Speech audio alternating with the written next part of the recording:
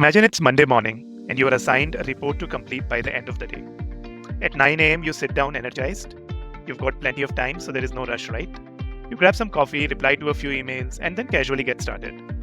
Then maybe you spend an hour or so formatting the document, adjusting the margins, selecting the perfect font size. And another hour is spent researching, not necessarily for the report, but because you found yourself going down a rabbit hole of irrelevant articles. And suddenly it's 3 p.m. and the report isn't even 10% done. Ultimately, you cram the bulk of your work into the final 2 hours and get it done. Now consider this scenario. You are told you only have 2 hours to finish the same report. What happens? You will skip all the unnecessary fluff. You don't waste time formatting or searching for inspiration. You focus, get straight to the point, and still manage to complete it. The work didn't need 8 hours. It just filled the space because the time was available. Again, imagine you need to write a letter and you give yourself an entire day to it. It was your work and you gave yourself the entire day to do it. So you start by spending an hour searching for the perfect paper, maybe another hour picking up the perfect pen, crafting the perfect words, and by the end of the day, you have finally finished the letter. But what if you only had 10 minutes for the same letter? Maybe you will grab whatever paper and pen that were nearby and get the job done. Letter would still be written and the core message would be the same. The 80% of the effect, the 80% of the value of the letter will still be delivered in that 10 minutes. In one scenario, you filled the entire day with unnecessary steps, delivering the same 80% of the value. Another, you completed the task in just 10 minutes. This is Parkinson's law in action, and research backs this up.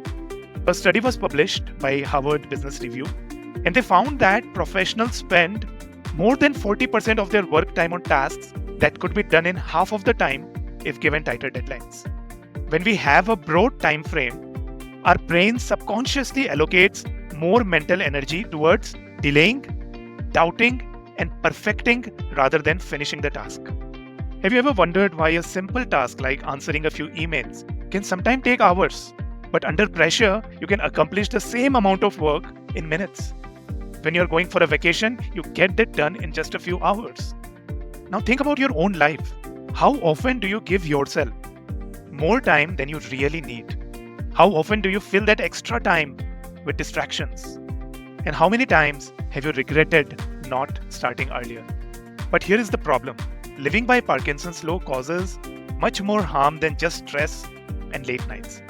When we allow tasks to expand into the available time, we stretch ourselves thin, leaving less time for critical thinking, creativity, and growth. We trade efficiency for mediocrity. And this fact is also backed up by research. A study in the Journal of Applied Psychology found that employees who had tight deadlines reported much higher productivity, much higher focus, but when they were given more flexible deadlines, their efficiency diminished. Without a sense of urgency, their minds wandered and the work made itself unnecessarily complex.